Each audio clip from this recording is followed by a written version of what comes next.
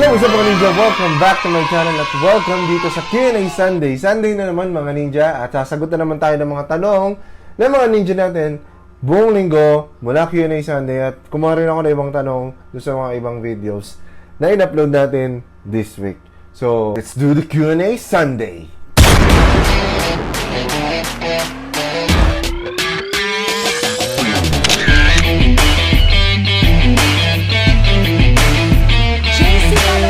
So yun mga ninja, sana napanood niyo yung mga video ko past few weeks at sana nag-enjoy kayo at patuloy pa rin tayo mag-upload this week kahit merong konting aberya sa ating kapaligiran at I suggest na sa bahay na lang tayo at maglaro lang tayo ng PS4. So, umpisahan na natin ang Q&A Sunday. The Simple Warrior. Ha ha ha, very nice. Dual vlogs. Bagong luma po akong ninja. VR na rin naman ang napag-uusapan. Sa ngayon po ba, enjoy po ba mag-play gamit ang VR? Nakapag-play na din po ba kayo sa family computer? Hashtag Q&A Sunday, hashtag kaninja, hashtag very nice. Doon muna tayo sa hashtag kaninja. Hindi ko tinatawag na kaninja yung mga ninja. Kasi kaninja. Kanin yun. Mga ninja lang. Wala lang ka. Mga ninja tayo. Salamat at bumalik ka. Sabi mo, bago at luma kang ninja. Very nice. At doon sa family computer, doon sa VR, sobrang nag-enjoy ako doon sa gameplay namin ni Jake. Doon ko lang. Sobrang ganda at doon ko lang naranasan yung ganong VR. Yung nandun ka talaga. Yung parang ganito. Malapit to. Malayo yun nandun. Nasa gilid. Parang ito. Malilito ka na nga eh. Parang wala ka doon sa room mo pagka sa room mo naglalaro. Sobrang astig. At about doon sa family computer, hindi ako nagkaroon ng family computer na talaga yung legit na family computer. Nakikilaro lang ako noon. Pero alam ko yung nanay ko nagkaroon pero hindi ko na naabutan. Tapos, binilala ko ng lola ko na si Nanay Tessie ng Good Boy. Yun yung third party na family computer at nasira din agad yung controller. Pero ang mga nilalaro ko doon is basic, di ba? Yung Mario, yun. Pero ang natatanda ko na nilalaro ko doon, Mappy at saka Elevator. Yan. Tsaka Donkey Kong. Yan. So kung ulit magkaroon ng mga ganong vintage consoles kasi hindi ko sila naranasan dati. At gusto ko rin magkaroon ng Game Boy. Naghanap nga ako ng mga vintage Game Boy, lalo yung Game Boy Color kasi nung elementary ako nanghiram na din ako ng Game Boy. At pinaperam naman ako kasi mabait akong kaklase. Pinaperam ako.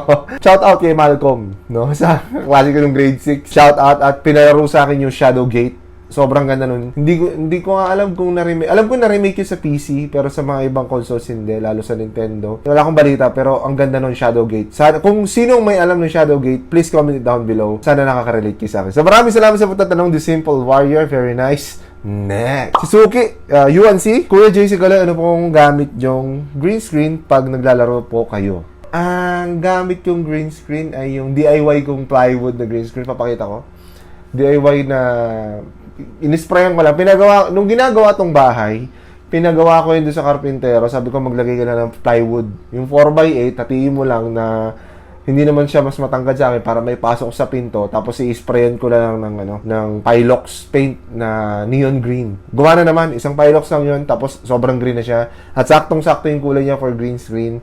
Very nice. Kung gusto niyo ng DIY na gano'n na tutorial, hindi ko yung magagawa kasi hindi ako gumawa ng pinagawa ko lang. Pero kung may idea, para lang may idea ko, papakita ko sa inyo yung Pero pinakita ko rin sa mga last vlog, lalo dun sa how I play. Ililink ko na lang din down below para makita nyo yung mismong gamit niya at paano siya nag-work. So maraming salamat UNC, very nice. Next. Kay Justin Moreno, wala ka bang balak bumili ng PS4 Pro? Pa-shout out na din po. Hashtag Q&A Sunday. Shout out kay Justin Moreno. At wala na akong balak bumili ng PS4 Pro kasi this year is lalabas na ang PS5. Yun. Kasi hindi naman tayo ganun ka big time para magkaroon ng multiple consoles. Pero kagaya nga nila Jake, nila James Waka, nagko-collect sila ng mga consoles. Siguro makakapag-collect ako ng consoles dun sa mga pinaglumaan ko. At umpisa na tong PS4. Dahil nga may backwards compatibility ang PS5, so, hindi masasayang yung mga bala natin dyan. Malalaro natin yung PS4 games gamit yung PS5.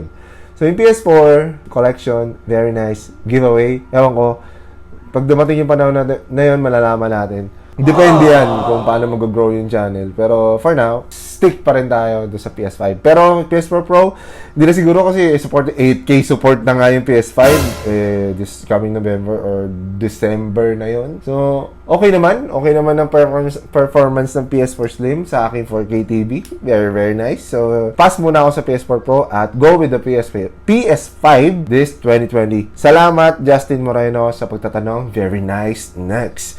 Kay Pecu. So, Jessica Loisan, kayo nagkakilala ng Jake and Jard at James Wakan. Hashtag Solid Ninja. Hashtag Very Nice. Hashtag Q&A Sunday. Nakilala ko si James Wakan sa company na pinagtatrabaho ko dati, DN Steel. Magkapares kami engineer, project engineer. At pares na rin kami wala dun yun. Si James Wakan ang dahilan din kung bakit ninja yung tawagan natin.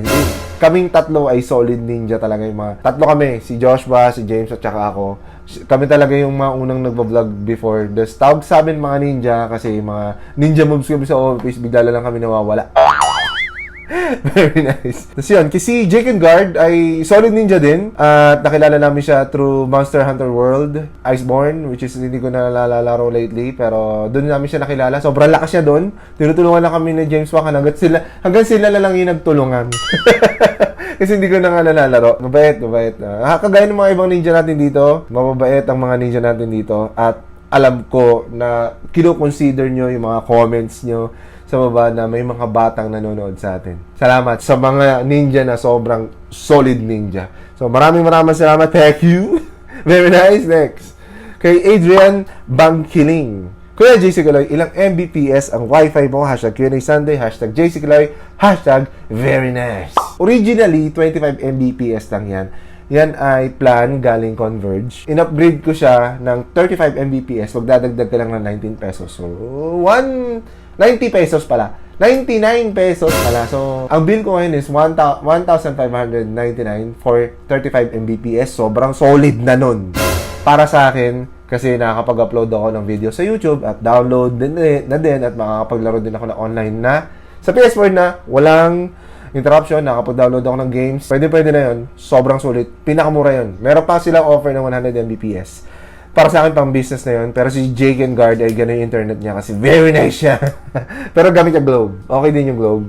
May cap lang. Mas mahal lang yata yung plan kasi may kasamang phone. So, pares lang naman din silang fiber.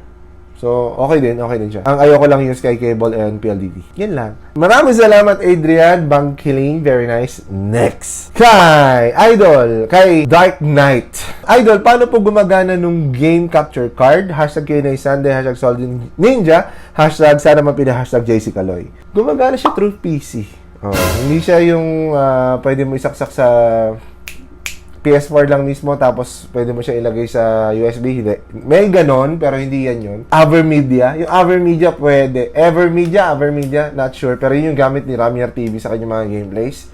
At alam ko mas mahal yun ng konti. Pero sa tingin ko mas reliable lang Elgato. Para sa akin lang yun Sa mga users ng Avermedia, okay lang yun. Very nice din yun. Gumagana siya through PC.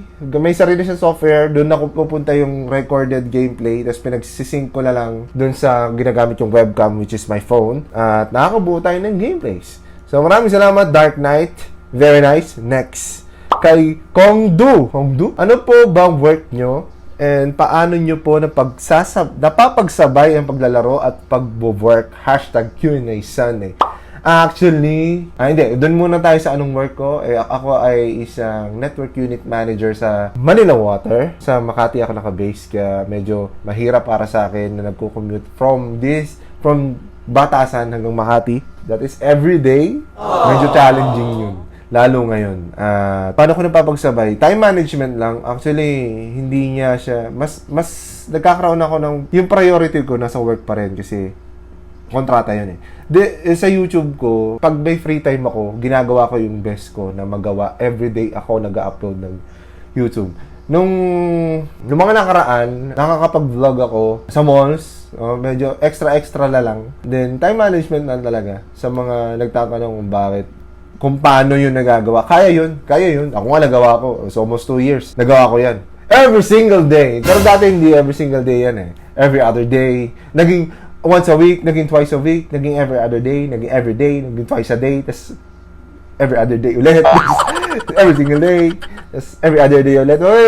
Pero, ang importante, nakakapag-upload tayo. Very nice. So, maraming salamat kong do. Very nice. Next, kay Jenny Ramos. Kuya, wag ka muna lalabas at ayoko ayoko mawala ka. Ikaw pa naman ang top 1 YouTuber.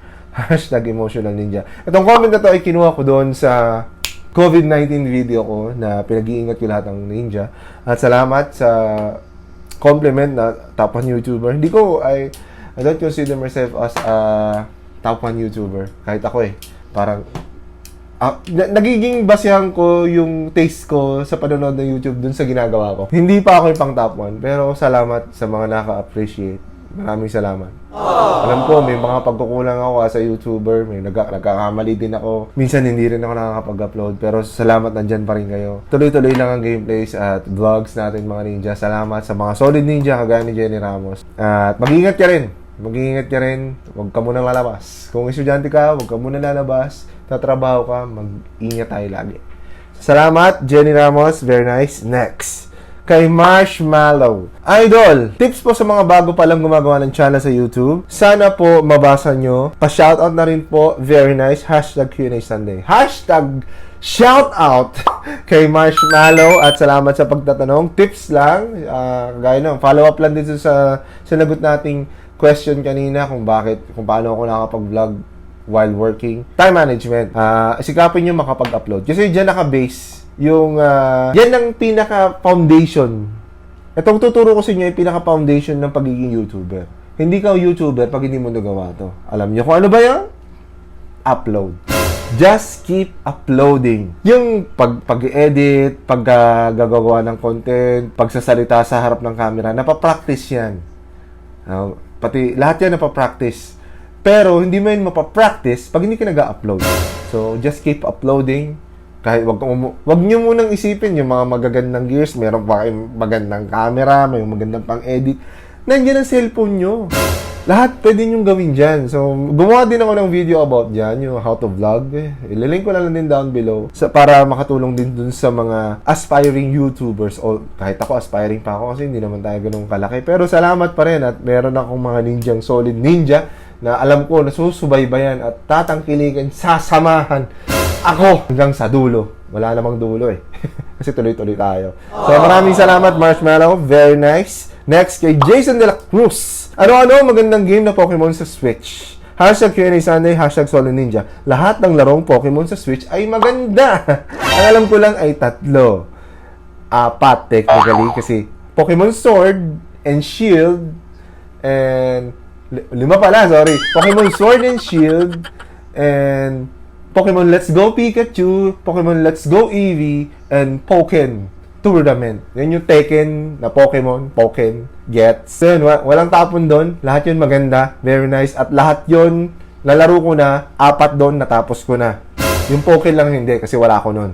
Yung Let's Go Pikachu and Eevee, pinahiram sa akin ni Jake. Yung Sword, same as Shield, pero natapos ko pala yung Sword. Yung Shield, almost the same. I consider na natapos ko na rin. Pero, isang gym leader lang yata ang iba, tsaka ibang Pokemon na pwede lumabas. It's the same story. Kaya, pagbigyan niyo na ako doon. So, yun. Sana malaro mo rin. Jason de la Cruz, maraming salamat. At, yun lang muna ang mga tanong this Sunday. At kung gusto nyong maisagot din. Masagot ko rin ang mga tanong nyo. Just comment it down below para makita ko at malagay natin for the next Q&A Sunday. At abangan nyo yung gameplay natin na Last of Us. Malapit na siya matapos. Very nice. At yung Neo 2, i-comment ko down below. Ang hirap pala niya. Grabe naman. Ang hirap talaga noon. Mas mahirap pa yata sa Sekiro yun. Hindi ko alam kung kaya ko siya mga ninja. Alam niyo naman na hindi ako ganun kagaling sa mga gameplays. Magaling lang siguro ako mag-react. Pero, hindi ako magaling maglaro. Aminado ako dyan, lalo sa NBA 2K20. Sa lahat ng laro. Pero yung Sekiro talagang inararo ko yun Hindi lahat kaya yun. Si James niya, hindi nga nagawa yun At kung may requested gameplays kayo, just comment it down below. And kung gusto nyo akong makita, wag muna ngayon kasi may kumakalat na virus na sobrang nakakatakot. Stay just stay at home na lang. Huwag muna ngayon. Huwag muna lumabas. Sa mga estudyante, nag-umpisa na ang lockdown. Hindi naman lockdown. City quarantine. At wala pa rin kayong pasok. Sa bahay lang tayo. Sa bahay lang tayo. Sa bahay. Sana all nasa bahay nagtatrabaho ako eh. So shout out kay Collection Bro, kay Jeric Salimpong, si Jericho Victorino, kay Kim Takgu, sa account niya si Ultimate Sasuke, Known Gamer, marami pa eh. Sila-sila yung mga, kay Jenny Ramos na rin, pati kay Burger Queen, kay James Wakan, kay Jake and Guard, sa mga taga-lokal ko, sa Batasan Hills, yung PD namin. Very nice. Stay strong mga ninja. Kaya natin tong pagsubok na to sa ating kapaligiran. Maraming salamat at tumutok lang dito kayo sa channel para sama-sama tayo mag-gameplay. At maraming salamat sa mga umabot dito. Please comment umabot. Kung umabot kayo dito, bihira umabot sa huli. Bihira ang nakakita ng aking outro. And please subscribe to my channel YouTube, JC Kaloy. Julia Chai Alpali mo, Oscar Yaki, Instagram, JC Kaloy, Facebook, JC Kaloy Vlogs. At yun. Maraming salamat and see you in the next one, mga ninja.